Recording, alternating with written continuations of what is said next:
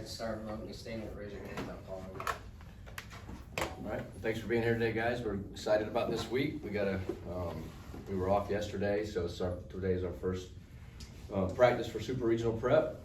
We know that we have a really good team ahead of us in Wake Forest. They've had a really good season. They have a really well-rounded ball club, some numbers that really jump off the page at you on the mound and offensively. But we're excited about this week. We're excited to get going with regional prep. We got a great ball club too. It's going to be a really fun super regional, and our guys are excited to get after it. So, Garrett? Coach, over these last few weeks, what has it meant for you, and you've seen the guys interact with them, what has it meant to them, the community, to kind of wrap their arms around them the way they have? I mean, and I don't want to speak for them, but I know for all of us, it's been awesome to see the way our university, our fan base, the community has rallied around these guys. And I think I said this before in here is, I've always felt like this place was special and we have such a great culture here. And I've always felt like that. And then the past month or so, I think you've seen it even more so than what I even thought. So yeah, it means a ton. And I know these guys feel the same way, I think. So. Left side, Mike.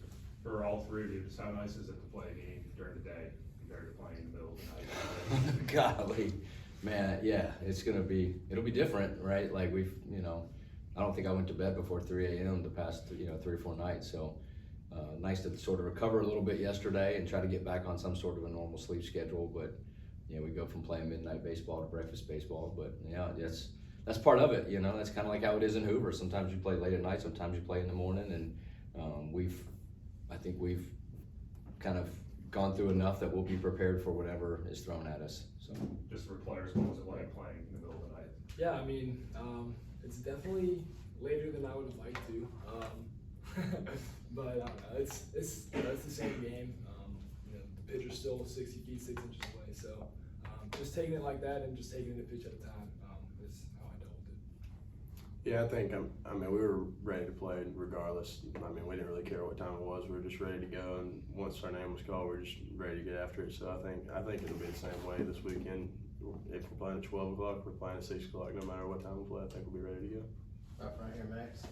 Yeah, can you guys just break down, I'm sure you guys looked at Northwestern yesterday, I know, of course you did, but can you just break down what you see, not Northwestern, sorry, Wake Forest, sorry about that. But can you guys break down Wake Forest? yeah, we're not just. It jumps off the page at their pitching numbers, right? They play in a ballpark that really, is known as one of the more offensive ballparks, in the country, and for them to put up those kind of pitching numbers speaks volumes of what they've done on the mound. So I think their starting rotation really jumps out at you. They got a couple guys that have a lot of home runs, and I think that they've been a really consistent team, and they've been a really dominant team all year. So they're a very good team, and I think we have a very good team. I think it'll be a really good super regional. Front and left, Tony. And forgive me if you guys have already addressed this earlier in the season, but you guys have rolled with the camo hats. Is there a story behind that? Is it a good luck thing? And if so, just kind of what is I'll it? let these guys answer that. I think we're just going with the look at this point. We just like the way they look a little bit better. Yeah, we play good in them, so that helps as well. Yeah, I think it's just, I don't know, we just started wearing them one day and everybody seemed to like them. We just won the game when we wore them, and I think they're just keeping it rolling, so.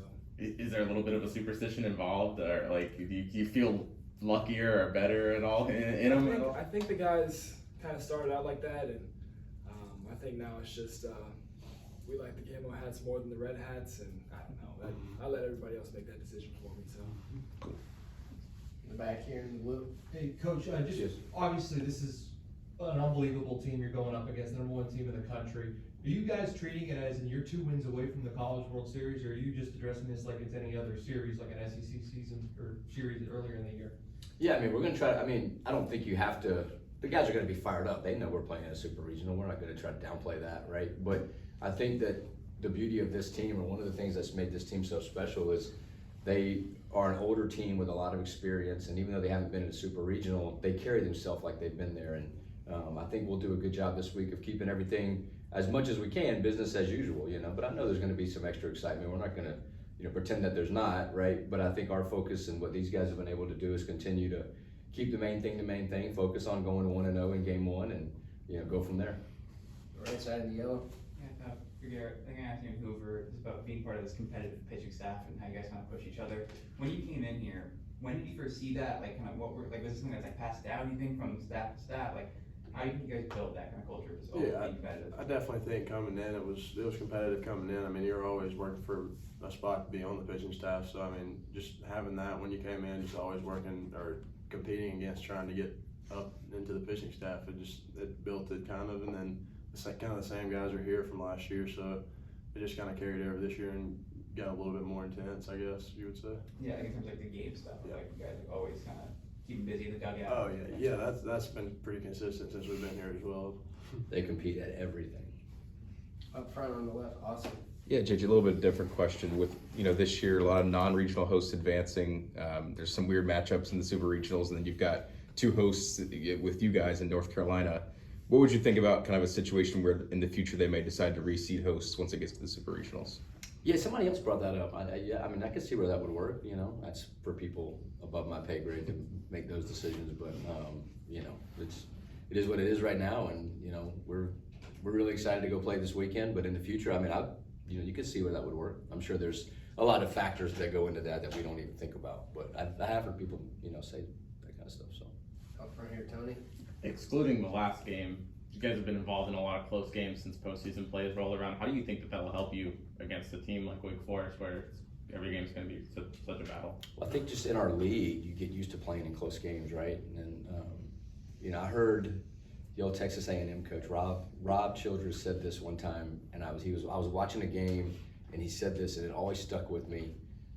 They did one of those in-game interviews that we all love so much, and they asked him during the interview about I think they had just come to the league. They had just come into the SEC, and they asked him about playing in the league, and he said, in this league, you have to play really well every single night, and if you play really well, you'll have a chance to win a close game late, and that just had always stuck with me because that really sums up our league, I think, right? Like, you're going to be in close games week in, week out, Friday, Saturday, Sunday, every week you play. You feel like you're playing a super regional every single weekend. And so you get comfortable playing in those games. You get kind of used to playing in those games, and you're not tight or you're not pressing. You're like, yeah, of course it's 3-3 in the 6. This is what it always is, and you wait for somebody to get that big hit or make that big pitch, and so that kind of can push you on top. But I think just going through the league, helps with that stuff. Right here, Max again. Yeah, I was just wondering if you want to talk about your pitching plan for this weekend. Is it kind of just going to mirror the regular season? Yeah, we're not going to announce anything yet, but probably keep everything pretty close to normal. Up front here, Kennington. Sir Andrew, all regional team selection, how would you just kind of characterize your development from McIntosh to here, where it's kind of culminating in strong postseason play? Yeah, I mean, I've kind of had to grow a lot as a player since I've been here, and work really hard with Coach Price and getting stronger, and work hard at the plate and making better decisions on the pitches I'm swinging at. And I think that's all kind of come together, and had a good little stretch here where it's kind of shown itself, and I've gotten some recognition. So Back here, Garrett. Hey Jason, I wanted to ask you, you touched on the experience level of your players and the maturity. How much has that impressed you, just seeing what this team has had to deal with and overcome just with all these changes, especially right before postseason? And what have you possibly learned as their coach going through something like this? Yeah, I mean, you learn, first of all, to answer the second question, you learn the value of experience, right? And not that I think we've known that, but you're good when you're old, right?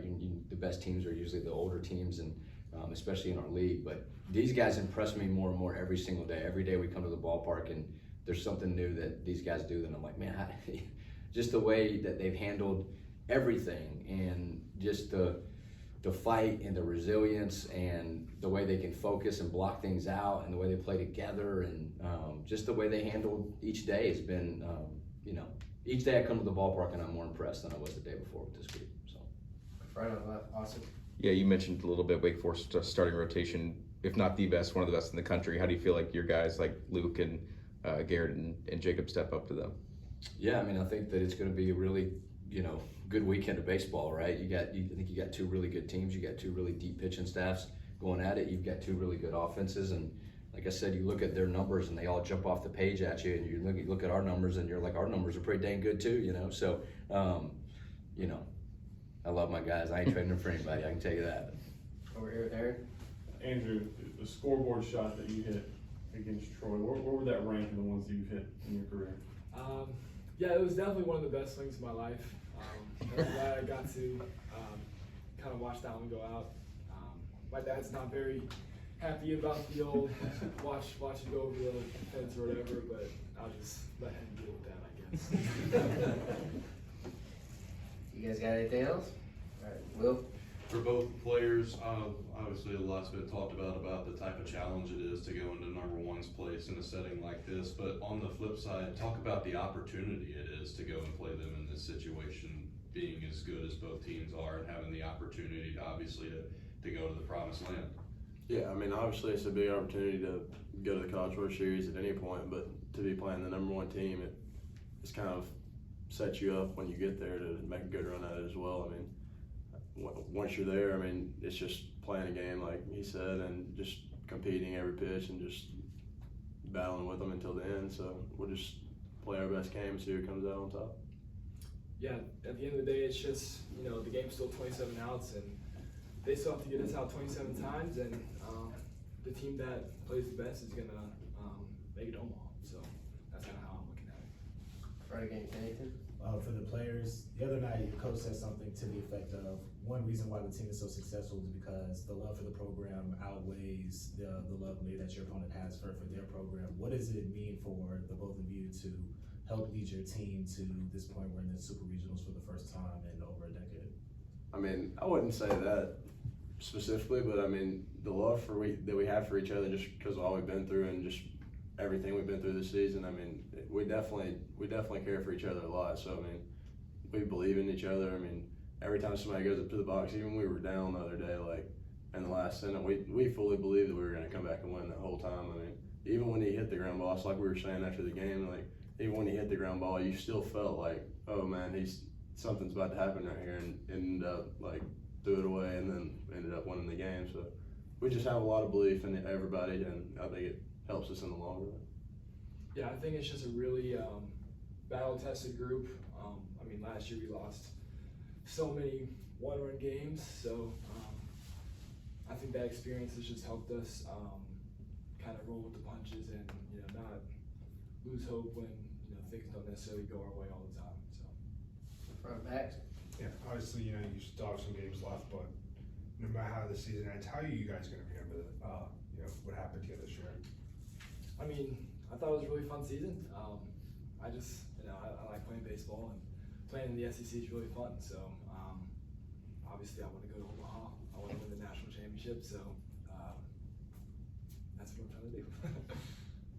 Yeah, I mean, right now, you know, you're so busy and you're so focused on each day and trying to take care of the things you need to do that day to get better that day that you try to take a step back sometimes and reflect on what these guys have been able to accomplish. And I know that probably once it's all over, you know, it'll take some time to sink in, but I think we'll all reflect back and have a lot of good stories and a lot of good memories of what this team's been able to do. And like, you know, just like GMAC was saying, just the bond that they have, you know, that stuff's never going to go away. And it's such a special team. So I think it'll take some time once the season's over probably to sit back and reflect and let it all sink in. But right now, I think everybody's just focused on what we got to do each day. Aaron? For any of you guys, there's been a lot of talk about playing number one, but you guys also play in the SEC. You go on the road in the SEC. You know how difficult that is. How has that, I think, prepared you for this challenge? Yeah, I mean, we've had to go on the road and play the number one team probably 2 or 3 times this year, honestly, if you think about it, going to the SEC. So, I mean, it's not going to be anything we haven't done before. It's going to be something we're ready for and something that we're excited for. I mean, I think we'll go out there and play our best game, and I think we'll be happy with the results at the end of it. Anything else, Garrett? All right.